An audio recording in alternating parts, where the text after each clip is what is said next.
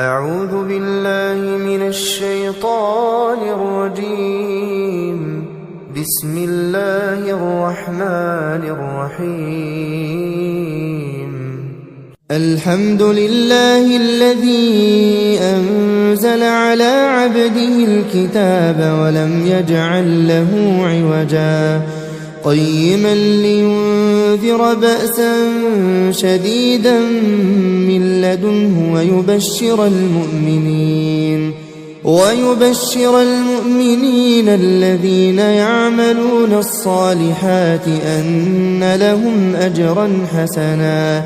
ماكثين فيه أبدا وينذر الذين قالوا اتخذ الله ولدا ما لهم به من علم ولا لآبائهم كبرت كلمة تخرج من أفواههم إن يقولون إلا كذبا فلعلك باخع نفسك على آثارهم إن لم يؤمنوا بهذا الحديث أسفا إنا جعلنا ما على الأرض زينة لها لنبلوهم أيهم أحسن عملا وإنا لجاعلون ما عليها صعيدا جرزا أم حسبت أن أصحاب الكهف والرقيم كانوا من آياتنا عجبا إذ أوى الفتية إلى الكهف فقالوا ربنا آتنا من لدنك رحمة وهيئ لنا من أمرنا رشدا فضربنا على آذانهم في الكهف سنين عددا ثم بعثناهم لنعلم أي الحزبين أحصى لما لبثوا أمدا نحن نقص عليك نبأهم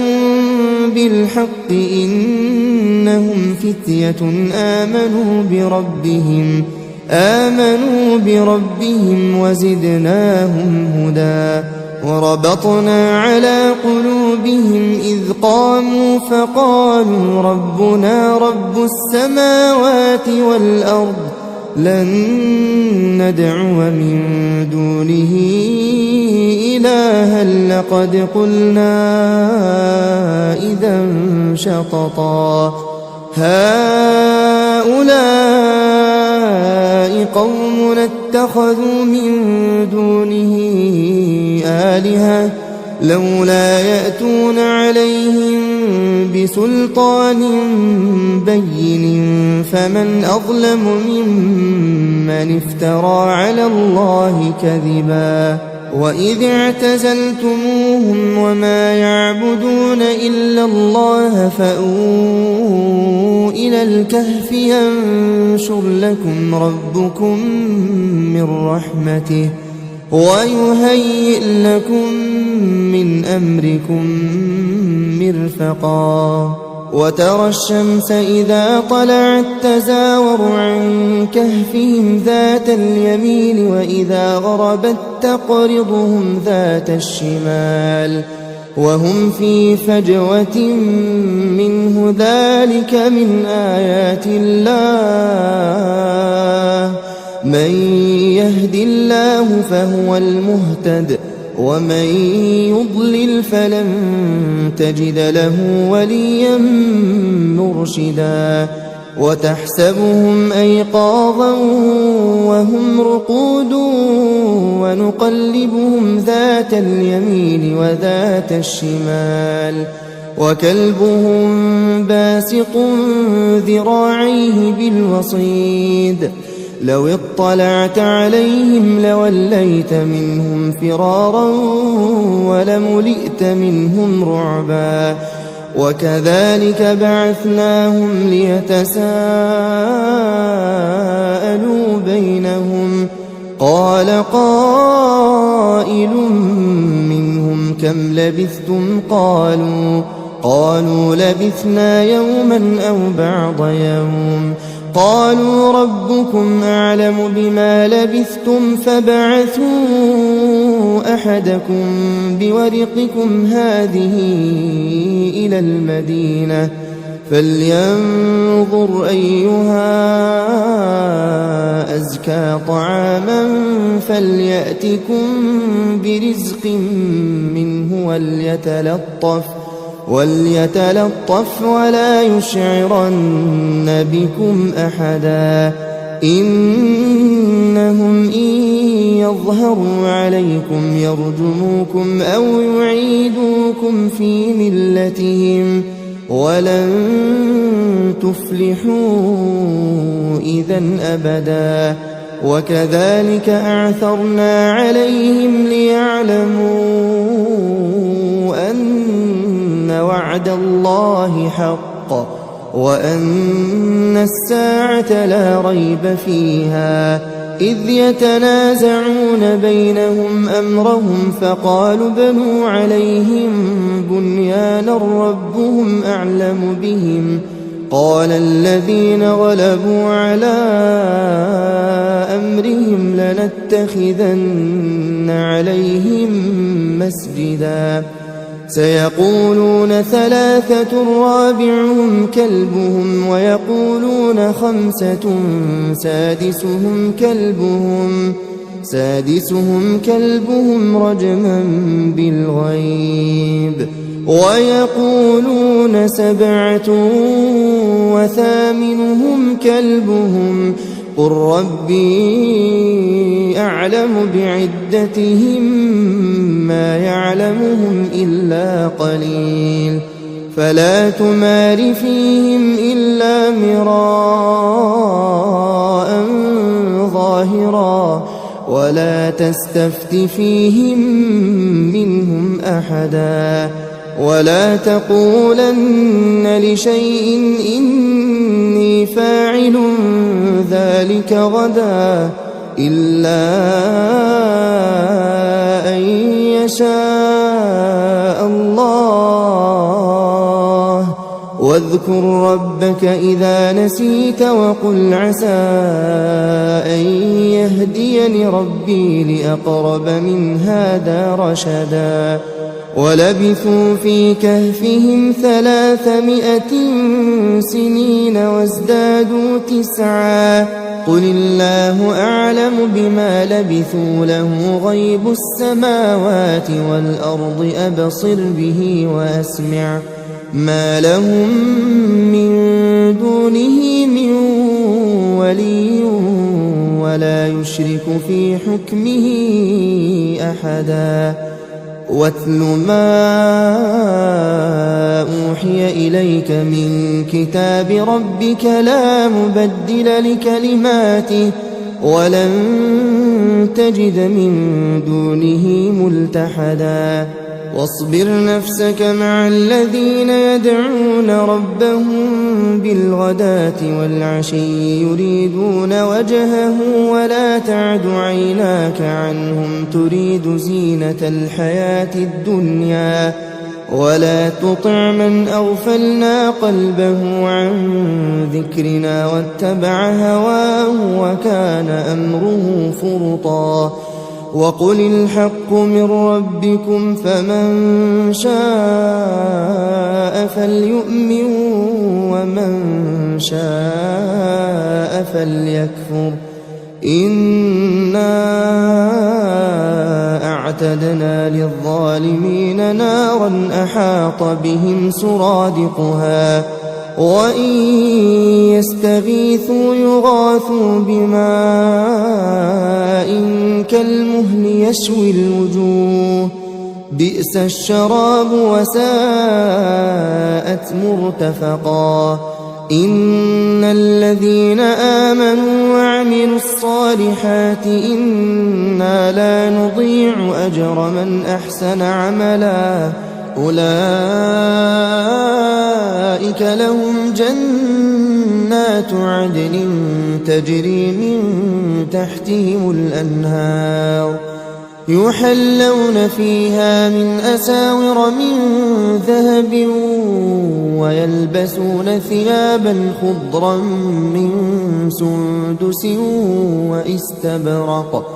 متكئين فيها على الأرائك نعم الثواب وحسنت مرتفقا واضرب لهم مثلا الرجلين جعلنا لأحدهما جنتين من أعناب وحففناهما بنخل وجعلنا بينهما زرعا كلتا الجنتين آتت أكلها ولم تظلم منه شيئا وفجرنا خلالهما نهرا وكان له ثمر فقال لصاحبه وهو يحاوره أنا أكثر منك مالا وأعز نفرا ودخل جنته وهو ظالم لنفسه قال ما أظن أن تبيد هذه أبدا وما أظن الساعة قائمة ولئن رددت إلى ربي لأجدن خيرا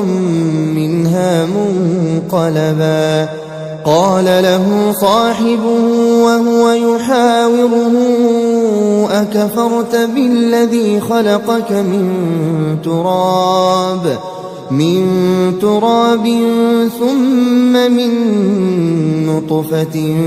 ثم سواك رجلا لكن هو الله ربي ولا أشرك بربي أحدا ولولا إذ دخلت جنتك قلت ما شاء الله لا قوة إلا بالله إن ترني أنا أقل منك مالا وولدا فعسى ربي أن يؤتيني خيرا من جنتك ويرسل عليها حسبانا من السماء فتصبح صعيدا زلقا أو يصبح ماؤها غورا فلن تستطيع له طلبا وأحيط بثمره فأصبح يقلب كفيه على ما أنفق فيها وهي خاوية على عروشها ويقول يا ليتني لم أشرك بربي أحدا ولم تكن له فئة ينصرونه من دون الله وما كان منتصرا هنالك الولاية لله الحق هو خير ثوابا وخير عقبا واضرب لهم مثل الحياة الدنيا كماء إن أنزلناه من السماء فاختلط به نبات الأرض فأصبح هشيما تذروه الرياح وكان الله على كل شيء مقتدرا المال والبنون زينة الحياة الدنيا والباقيات الصالحات خير عند ربك ثوابا وخير أملا ويوم نسير الجبال وترى الأرض بارزة وحشرناهم فلم نغادر منهم أحدا وعرضوا على ربك صفا لقد جئتمونا كما خلقناكم أول مرة بل زعمتم أن لن نجعل لكم موعدا ووضع الكتاب فترى المجرمين مشفقين مما فيه ويقولون يا ويلتنا ما لهذا الكتاب لا يغادر صغيرة ولا كبيرة إلا أحصاها ووجدوا ما عملوا حاضرا ولا يظلم ربك أحدا وإذ قلنا للملائكة اسجدوا لآدم فسجدوا إلا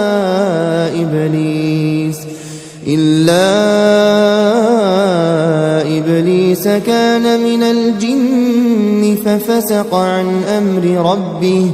أفتتخذونه وذريته أولياء من دوني وهم لكم عدو بئس للظالمين بدلا ما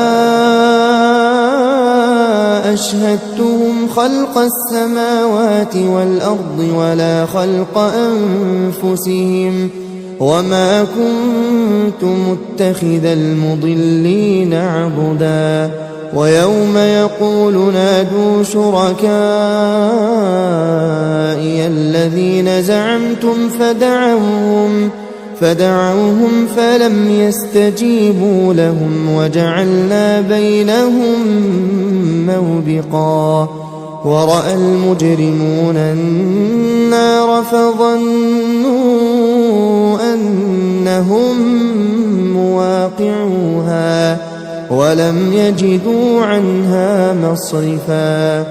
ولقد صرفنا في هذا القرآن للناس من كل مثل وكان الإنسان أكثر شيء جدلا وما منع الناس أن يؤمنوا إذ جاءهم الهدى ويستغفروا ربهم إلا أن تأتيهم سنة الأولين أو يأتيهم العذاب قبلا وما نرسل المرسلين إلا مبشرين ومنذرين ويجادل الذين كفروا بالباطل ليدحضوا به الحق واتخذوا آياتي وما أنذروا هزوا ومن أظلم ممن ذكر بآيات ربه فأعرض عنها ونسي ما قدمت يداه إنا جعلنا على قلوبهم أكنة أن يفقهوه وفي آذانهم وقرا وإن تدعهم إلى الهدى فلن يهتدوا إذا أبدا وربك الغفور ذو الرحمة لو يؤاخذهم بما كسبوا لعجل لهم العذاب بل لهم موعد لن يجدوا من دونه موئلا وتلك القرى أهلكناهم لما ظلموا وجعلنا لمهلكهم موعدا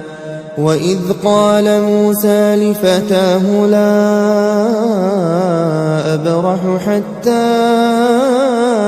أبلغ مجمع البحرين حتى أبلغ مجمع البحرين أو أمضي حقبا فلما بلغا مجمع بينهما نسيا حوتهما فاتخذ سبيله في البحر سربا فلما جاوزا قال لفتاه آتنا غداءنا لقد لقينا من سفرنا هذا نصبا قال أرأيت إذ أوينا إلى الصخرة فإني نسيت الحوت وما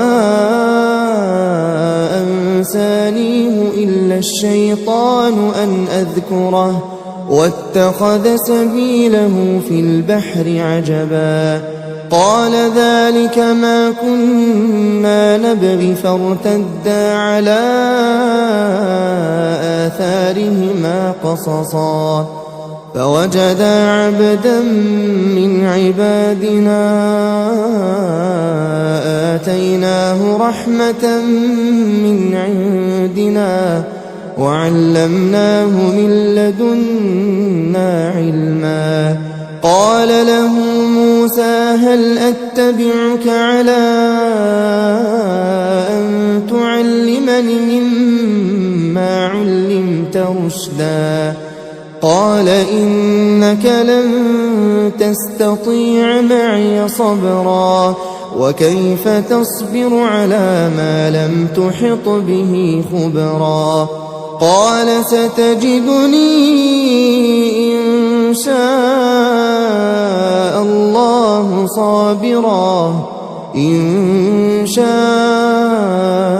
الله صابرا ولا أعصي لك أمرا قال فإن اتبعتني فلا تسألني عن شيء حتى أحدث لك منه ذكرا فانطلقا حتى إذا ركبا في السفينة خرقها قال أخرقتها لتغرق أهلها لقد جئت شيئا إمرا قال ألم أقل إنك لن تستطيع معي صبرا قال لا تؤاخذني بما نسيت ولا ترهقني من أمري عسرا فانطلقا حتى إذا لقيا غلاما فقتله قال أقتلت نفسا زكية بغير نفس لقد جئت شيئا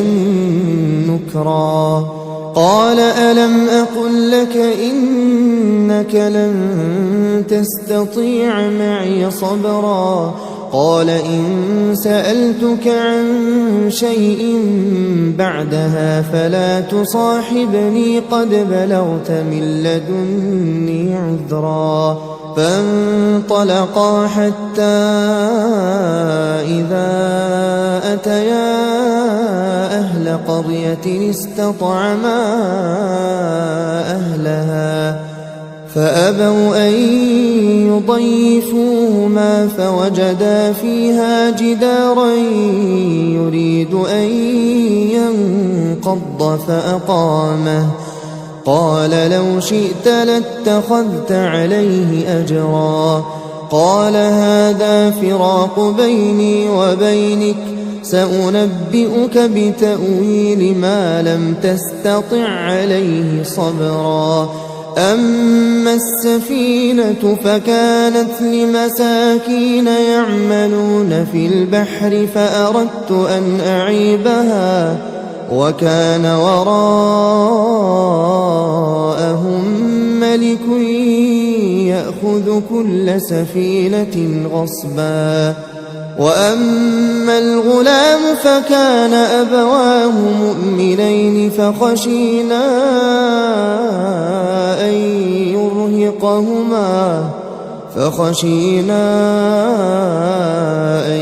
يرهقهما طغيانا وكفرا فأردنا أن يبدلهما ربهما خيرا منه زكاة وأقرب رحما وأما الجدار فكان لغلامين يتيمين في المدينة وكان تحته كنز لهما وكان أبوهما صالحا فأراد ربك أن يبلغا أشدهما ويستخرجا كنزهما رحمة من ربك وما فعلته عن أمري ذلك تأويل ما لم تسطع عليه صبرا ويسألونك عن ذي القرنين قل سأتلو عليكم منه ذكرا إنا مكنا له في الأرض وآتيناه من كل شيء سببا فأتبع سببا حتى إذا بلغ مغرب الشمس وجدها تغرب في عين حمئة ووجد عندها قوما قلنا يا ذا القرنين إما أن تعذب وإما أن تتخذ فيهم حسنا قال أما من ظلم فسوف نعذبه ثم يرد إلى ربه فيعذبه عذابا نكرا وأما من آمن وعمل صالحا فله جزاء الحسنى وسنقول له من أمرنا يسرا ثم أتبع سببا حتى إذا بلغ مطلع الشمس وجدها تطلع على قوم لم نجعل لهم من دونها سترا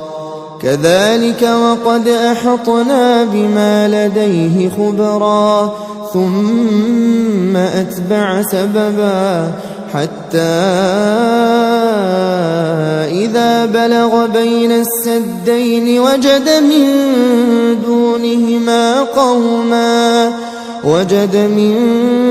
دونهما قوما لا يكادون يفقهون قولا قالوا يا ذا القرنين إن يأجوج ومأجوج مفسدون في الأرض فهل نجعل لك خرجا على أن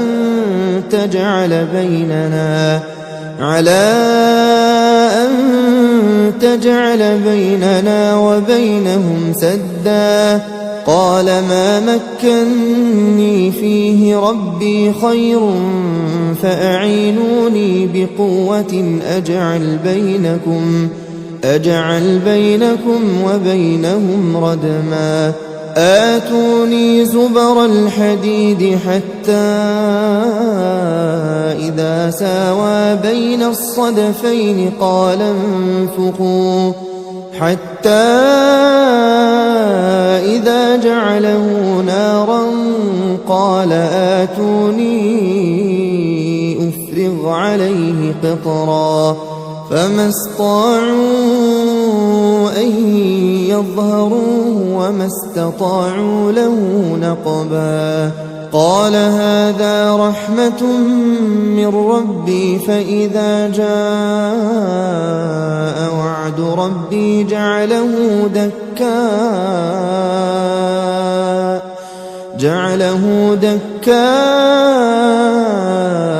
وكان وعد ربي حقا وتركنا بعضهم يومئذ يموج في بعض ونفخ في الصور فجمعناهم جمعا وعرضنا جهنم يومئذ للكافرين عرضا الذين كانت أعينهم في غطاء عن ذكري وكانوا لا يستطيعون سمعا أفحسب الذين كفروا أن يتخذوا عبادي من دوني أولياء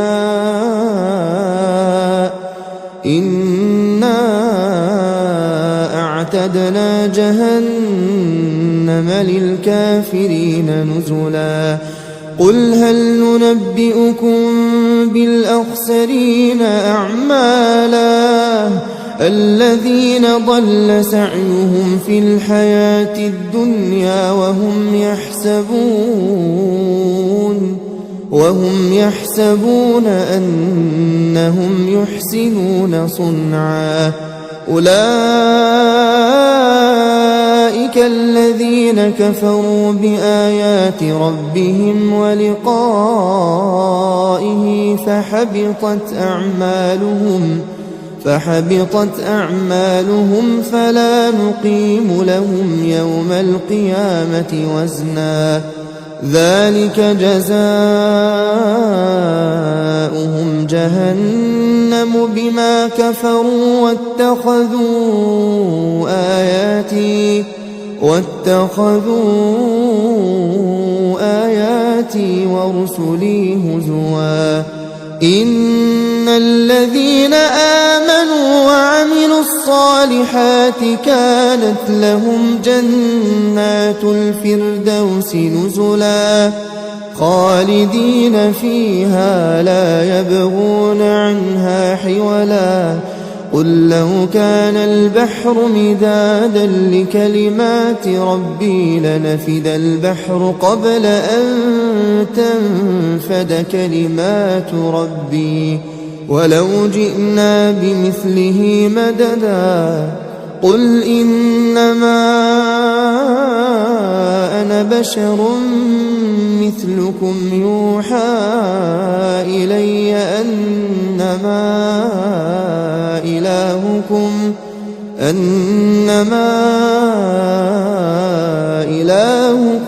إله واحد فمن كان يرجو لقاء ربه فليعمل عملا